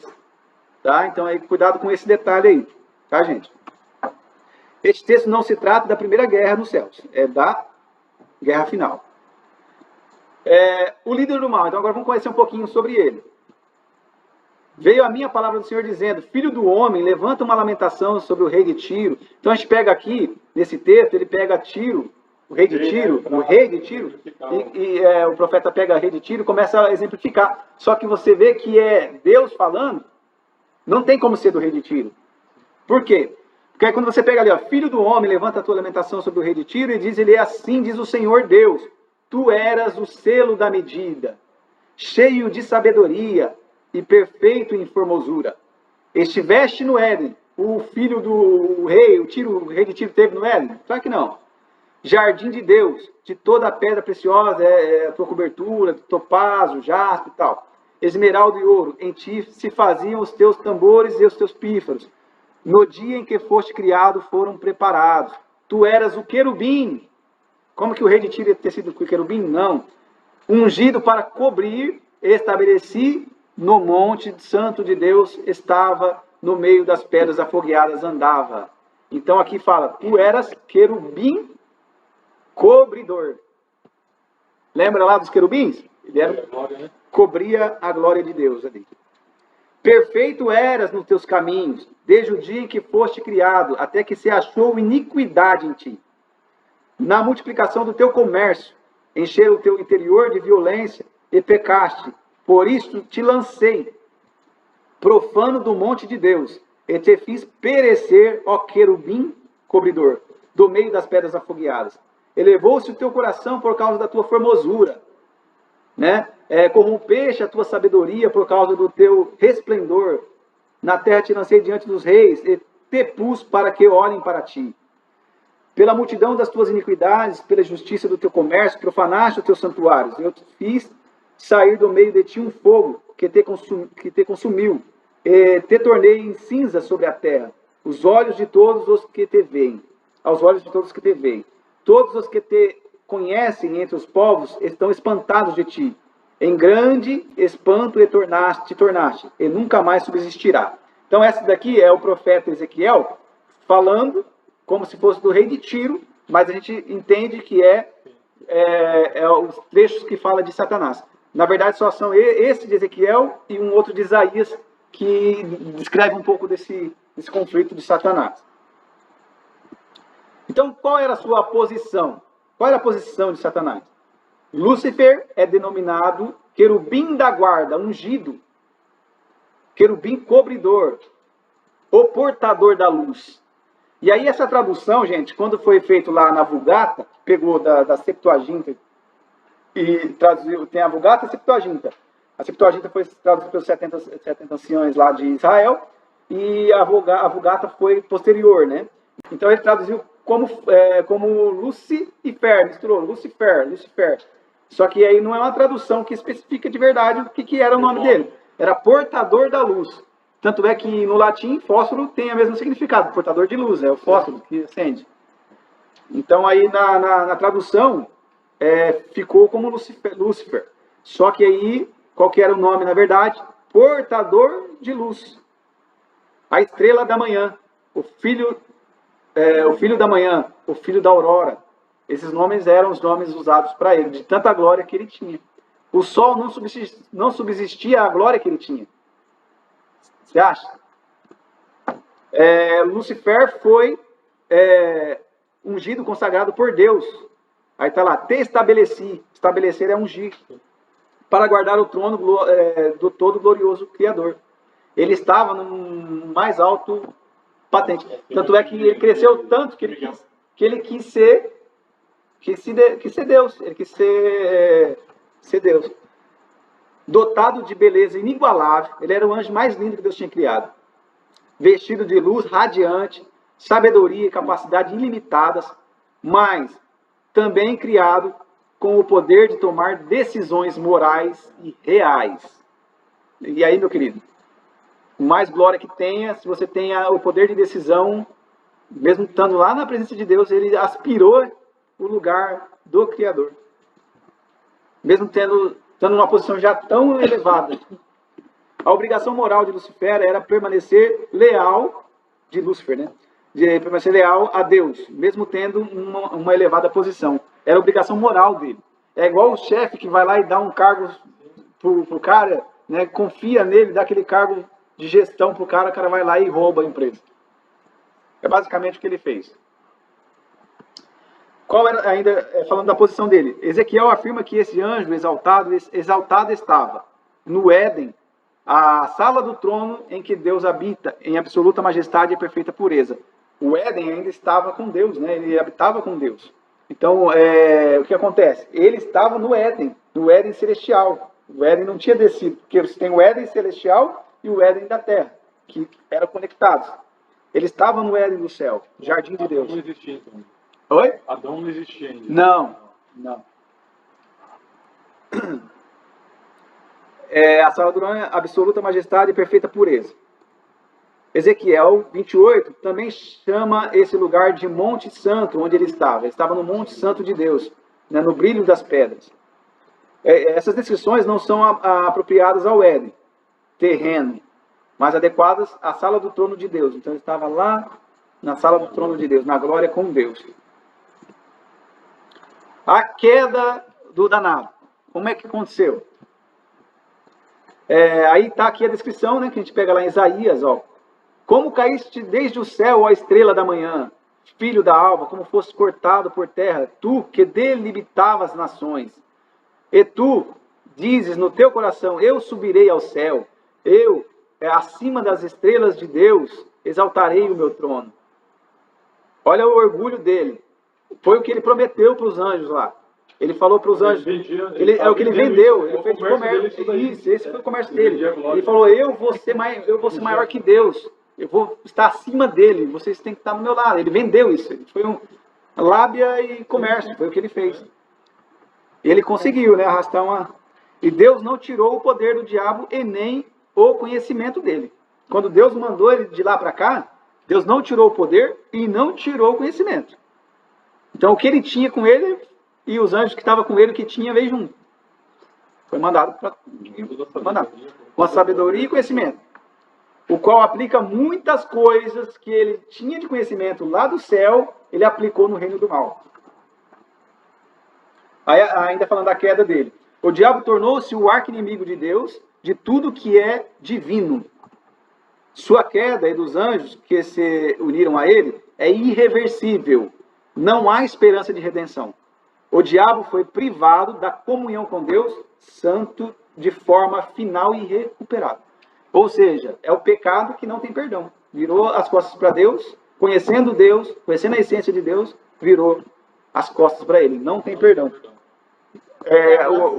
O sacrifício de Cristo não alcança esses anjos. Isso é blasfêmia, não é? É a blasfêmia. O homem passa ao diabo o seu direito de acesso à sala judicial do trono do universo. E o diabo passa a ser Satanás. Nesse momento, gente, o que acontece? Quando o homem cai, depois a gente vai entrar quando a gente for estudar, né? A gente vai ver que o homem vai cair, Adão caiu. Quando ele cai, ele está entregando para o diabo a chave de acesso que era dele, representante de Deus no trono do universo, na sala judicial, onde eram tomadas decisões, onde Deus reuniu os filhos dele. Então, quando o homem cai, ele entrega para o diabo essa chave. Então, o diabo ele passa a ser, depois, ao invés de ser diabo, que é arremessado através de, que significa diabo, é arremessado, ele deixa de ser diabo e passa a ser Satanás, que é advogado de acusação.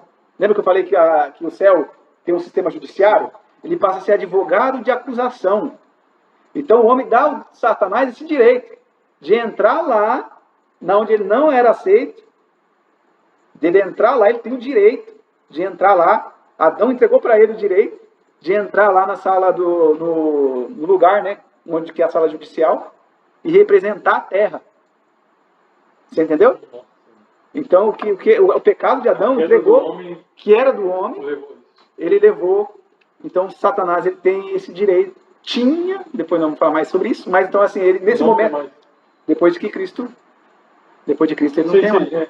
Então, assim, até esse momento, ele entregou para Satanás a chave, o direito de Satanás estar lá, representando a terra. Tanto é que ele é o príncipe desse mundo.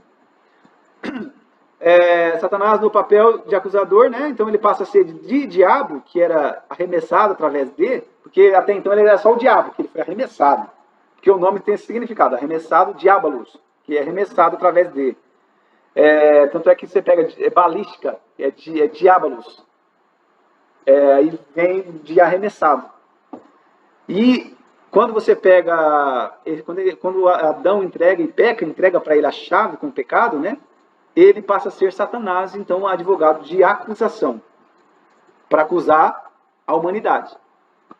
E acusar a humanidade e assumir o lugar que para ele, segundo ele, era por direito, agora dele, na terra. Tal acesso, no entanto, é destituído da comunhão com Deus, ou da sua aceitação. Ou seja, ele entrava lá, mas não tinha comunhão com Deus. Ele não tinha comunhão com Deus. Ele entrava porque ele tinha adquirido o direito. E Deus é justo. Ele tinha acesso. Ele chegava, acusava o homem. Então ele tinha essa função de acusador. Fala, olha, fulano pecou lá. Esse cara aqui, ó, não quer nem saber de você. Só quer saber de mim. Então ele entrava para acusar o homem na presença de Deus. Devido à sua traição, que foi a mais terrível na história dos cosmos, Satanás e seus anjos somente podem esperar a condenação e a punição eterna. Então, assim, o fato dele ter o acesso à sala judicial não dava a ele o direito de ser regenerado novamente com Deus. Reconciliar com Deus. Ele é apenas, tipo assim, tolerado. Ele passou a ser tolerado lá na sala judicial do céu. A queda do diabo ainda, né, falando, a queda de Lúcifer foi resultado de sua insondável e pervertida determinação de usurpar a glória, que pertence unicamente a Deus. Nisso consiste a essência do pecado. O que é essa essência? O desejo e a determinação de viver como se a criatura fosse mais importante do que o Criador. Esse é o grande pecado da humanidade hoje e as pessoas vivem isso sem perceber. As pessoas querem ser maior do que o próprio Criador. E esse é o pecado que a maioria do ser humano hoje incorre. O orgulho fez com que Lúcifer caísse numa terrível armadilha. Aí tem e ele é totalmente, com justiça, responsável pelo seu crime. Ezequiel afirma explicitamente que Lúcifer era perfeito desde o dia que foi criado, até que se achou iniquidade em ti. A culpabilidade moral é dele e apenas dele. Então, ele caiu por si só. Deus não influenciou ele na decisão. A decisão é sempre da pessoa. Entendeu? Sempre da criatura. Nunca de Deus. Aí tem gente que fala assim, Deus vai te quebrar, vai fazer isso, vai levar não sei o que lá para te trazer, isso que lá. Deus conhece o plano da vida da pessoa. Deus tem a forma de trabalhar. E ele sabe como trabalhar na vida das pessoas. Porém, se a pessoa virar as costas para ele, ele tem o direito de virar. A pessoa tem o direito de não querer. Entendeu? Bom, o inferno ainda está vazio. Aí você vai dizer, mas o inferno. Quando pecou, Lúcifer ele foi expulso do céu. Isso deve ter ocorrido depois do 6º dia da semana da criação. Porque Deus havia dito que tudo era muito bom. Ou seja, quando que ele foi expulso? Tem que ter sido após o 6º dia da criação. Porque no 6º dia Deus falou que tudo era muito bom. Que ele tinha feito. Nos céus e na terra. Mas ele já sabia que ele... Então, mas assim... Não, mas nesse momento, não tem como, né? Ele caiu depois disso. Não, tu falou, mas Deus já sabia. Da criação. Não, Deus já sabia. Tanto é que era o plano de Deus ali e já estava preparado para tudo isso. Né? Mas ele já sabia. Deus não teria chamado a rebelião de Lúcifer como sendo muito bom. Então, não faz sentido, né? Então, teoricamente, ele caiu depois do 6º dia. Né? E o inferno ainda está vazio. Por que a gente fala? Porque não tem ninguém lá no inferno ainda. Depois nós vamos falar sobre isso. Bom, as características de Satanás, vamos lá. É como eu falei para vocês, diabolos, né, que é arremessado, o significado da palavra diabo é arremessado, ha-satã, que é Satanás, advogado de acusação. Então, ele se tornou advogado de acusação. Até Cristo morrer na cruz, ele era advogado de acusação. E aí a obra da redenção justificou. Não vamos falar disso, que é muito bonito. Para vocês entenderem depois, no futuro, o que é a justificação. É muito lindo o que Cristo fez por nós. Então, assim, ó, o diabo, ele é criatura, não é onipotente. Tem gente que, todo mundo, o tempo inteiro fala, o diabo está aqui, o diabo faz aquilo, o diabo não sei o que lá. Cara, o diabo está num lugar só. Ele só está num lugar, não pode estar num monte de lugar ao mesmo tempo. Ele tem velocidade, igual os anjos, ele pode estar aqui rapidinho, lá na velocidade da luz, tudo bem.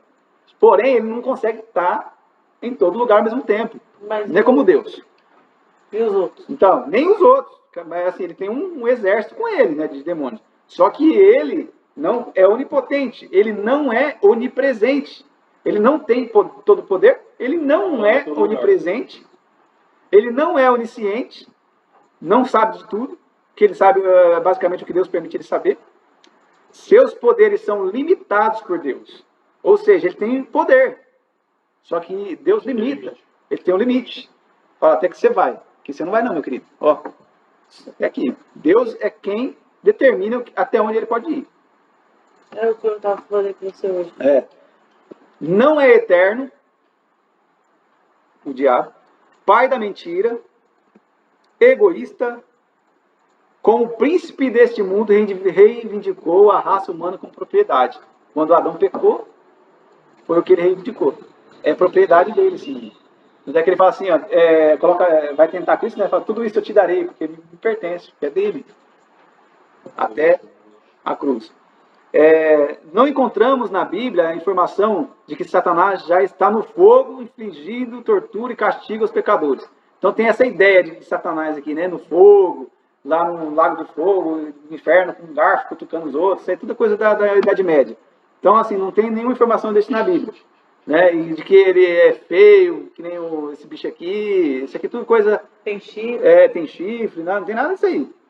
Descrições bíblicas servem para entendermos a personalidade do diabo e não a aparência dele. Por exemplo, você pega lá em Apocalipse, fala que o diabo é o dragão, é a serpente, não sei o que lá. São características de personalidade e não física dele, porque ele é espírito, ele não tem forma. O espírito não tem forma, é aquilo que a gente falou. O espírito não tem forma. O Apocalipse profetiza que Satanás ainda será enviado para o inferno, o lago de fogo. Então não está no inferno ainda. Ele está solto? Ele está aqui na terra, filho, em algum lugar aí, tem o trono dele em algum lugar. Ainda falando das características, Satanás é uma pessoa e tem personalidade, porque possui vontade, desejos e sentimentos. Ele tem sentimentos, ele tem vontades, ele sente desejo, atração, tem tudo isso. Ele é inteligente, muito inteligente, sagaz e hostil, inimigo declarado de Deus e dos homens. Ele foi o ser mais exaltado de toda a criação, uma das mais grandiosas obras de Deus, um ser celestial radiante que refletia toda a manifestação de perfeito esplendor do seu Criador. Assim ele, apropriadamente, era chamado de luz, de estrela d'alva, estrela da manhã. Essa palavra vem da raiz hebraica que significa brilhar, sendo usado unicamente como título, né, para referir à estrela de maior brilho. Isso aqui eu já falei, eu vou até passar para frente, né, que é a questão ali de Lúcifer significar o brilho, resplendor, estrela d'alva, né, que foi traduzido errado por fósforo lá. Bom, o poder de Satanás no mundo celestial e espiritual. O poder de Satanás tem reputação no domínio espiritual. Ele tem reputação no domínio ali espiritual. Eu coloquei entre parênteses, tinha acesso limitado à presença de Deus. Em Jó, Satanás está diante de Deus e relata que ele estava a rodear a terra e passear por ela. Quem que falava isso? Os reis, antigamente, eles tinham essa forma de dizer. de onde você está vindo? Eu estou vindo de passear de passear pelo reino, né? De rodear e passear pela terra. O rei falava que ele estava vindo de um passeio do reino dele. Então, quando ele fala assim, de onde você está vindo, Satanás? Quando Deus pergunta para ele, estou vindo de rodear e passear pela terra. Ele estava falando assim para Deus, eu estou vindo do meu reino. Entendeu? Ele estava se exaltando ali, estou vindo do meu reino. Deus concede a Satanás permissão para afetar as posses, a família de Jó, mas não a pessoa dele. E Jó 2, Satanás volta à presença de Deus e dessa vez é permitido afetar a saúde pessoal de Jó. Tem domínio espiritual, ele é capaz de acusar o povo de Deus em sua própria presença, que era o que ele fazia. Ele ia lá à presença de Deus e acusava o povo dele. Judas 1,9 mostra que até mesmo o arcanjo Miguel precisa de ajuda do Senhor para vencê-lo. O próprio arcanjo Miguel falou: o Senhor te repreenda. Ele nem se ousou falar: eu te repreendo. O Senhor te repreenda, Satanás. Então está aí um ponto onde muito crente não entende na hora de lutar contra o adversário, de achar que ele consegue alguma coisa. Nunca é pela sua força, é sempre através de Cristo, através de Deus, através do Senhor. Satanás é impedido de usar sua fúria total, pois ainda é um ser criado por Deus e o seu poder é limitado.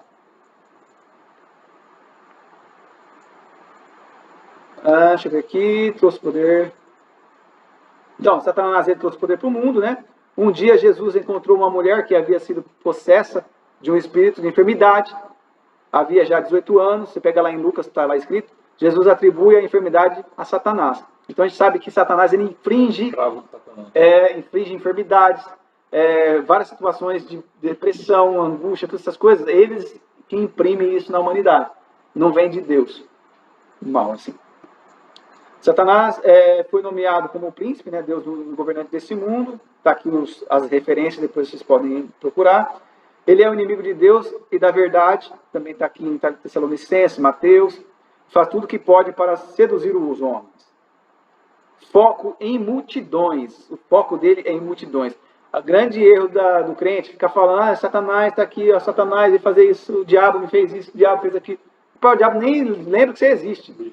O objetivo dele é outras coisas.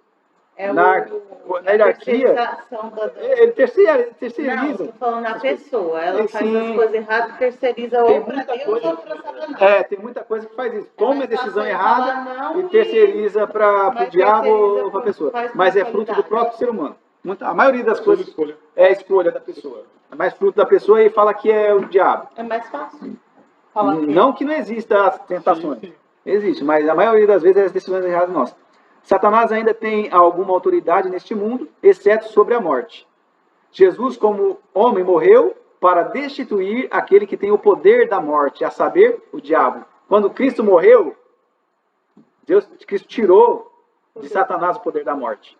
Agora é ele que está com o poder da morte na mão. Porque Satanás havia mantido desde o princípio, né? Quando pecou. Jesus nos salvou da morte. A morte perdeu o seu aguilhão. Que é o quê? O que é aguilhão? Ó? Vara com ponta de ferro afiada. Ou seja, o aguilhão que acunhava a gente. Porque perdemos a eternidade.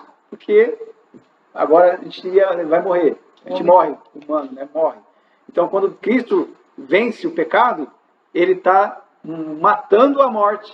Porque ele vai dar a vida eterna para aqueles que crêem nele. Então aqui vai falar que o diabo perdeu, que a morte perdeu o seu aguilhão, que era o dia.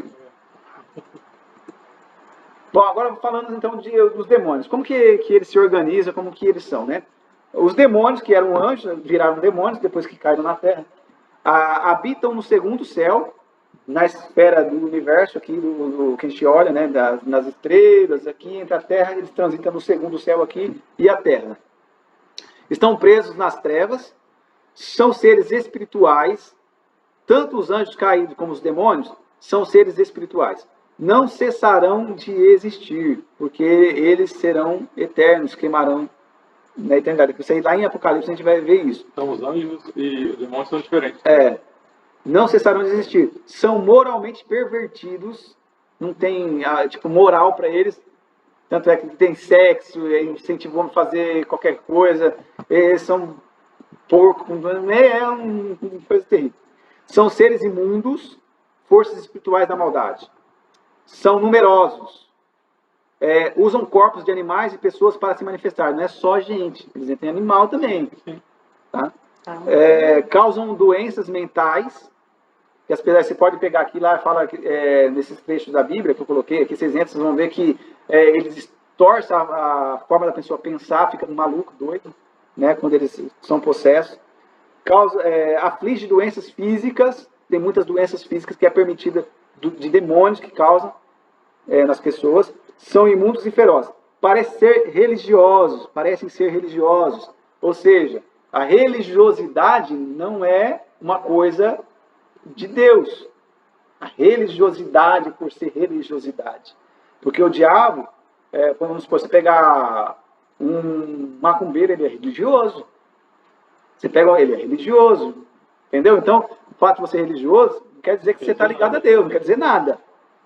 São espíritos enganadores com falsa religião para nos afastar da sã doutrina. Então, quando eles colocam uma falsa religião, uma falsa doutrina, ele vai afastando o povo da doutrina verdadeira. É a forma mais fácil de enganar. Está dentro da igreja. A igreja é o palco principal de atuação do diabo. Quem erra, quem pensa que é lá na balada, lá são os demônios que estão lá, foco dos demônios, manter aquele povo que está ali, né, evitar que às vezes alguém se converta e tal. Mas o grande trabalhar do diabo está dentro das igrejas. Dentro das próprias igrejas. Porque é onde a pessoa acha que está sendo salva, mas na verdade não. Ela vai vivendo enganada que ela está sendo salva. Fechada naquela visão. Isso. Só que não vai ser. Entendeu? Aí são umas falsas doutrinas. Né? Ficam umas falsas doutrinas. E aí tem também aqui, manifestam-se através de grandes líderes.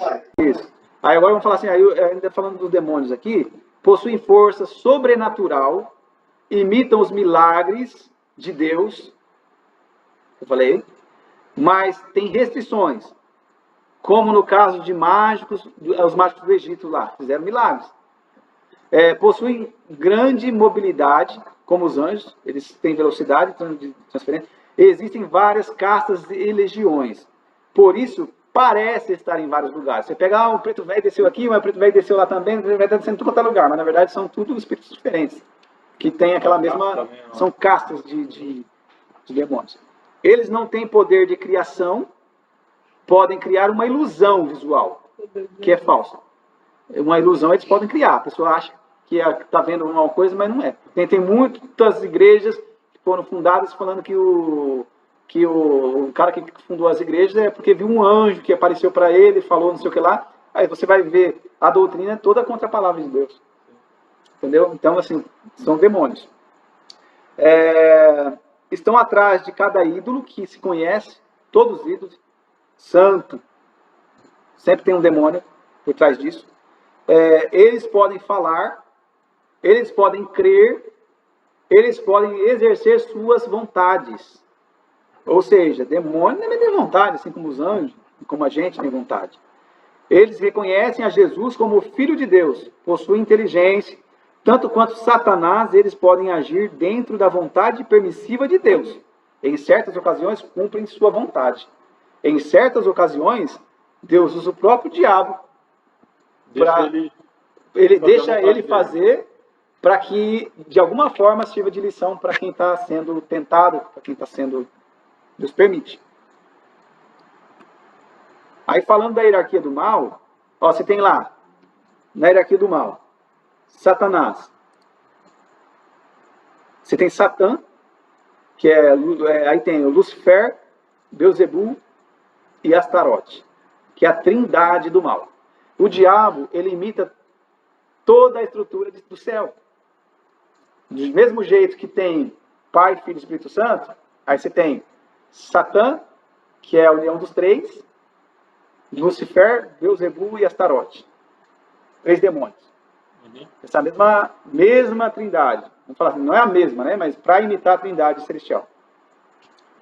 Aí você tem aqui os príncipes e princesas, são 7 Lilith, Hipos, Sif, são os representantes dos reis e rainhas no reino de acordo com a hierarquia demoníaca. Então, esses aqui são os príncipes e rainhas. São 7. Você tem isso? Tem. E aqui são 22 os demônios poderosos que comandam as legiões. Então, o diabo ele tem uma estrutura montada na Terra. Cada região tem um dominador. Um rei. No Brasil, Aí você pega aqui, ó. Aí tem os marqueses. Os marqueses têm 22 também. Assim como os duques, cada um deles também comanda diversas legiões. Aí você tem aqui reis e rainhas. São 9. Cada um deles administra uma determinada área do inferno e somente eles possuem contato direto com a Trindade. Esses aqui, eles têm contato direto com esses caras aqui. Aí, assim como os duques e marqueses também comandam legiões. Esses aqui, os condes, eles comandam legiões também.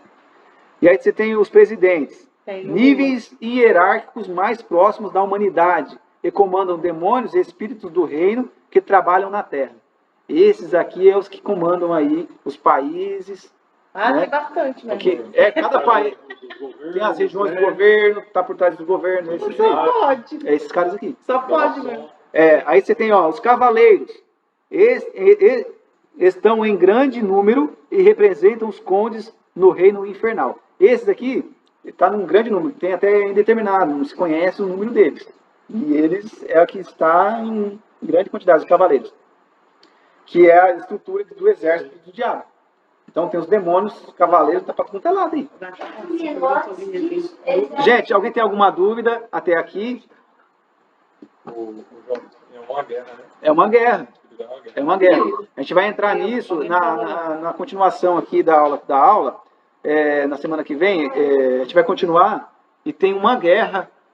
É uma guerra específica. Nós vamos falar sobre as estratégias do mal e a gente vai finalizar falando de como que é a estrutura, porque tem muita gente que acha que o inferno é do diabo. Na verdade, quem criou o inferno foi Deus.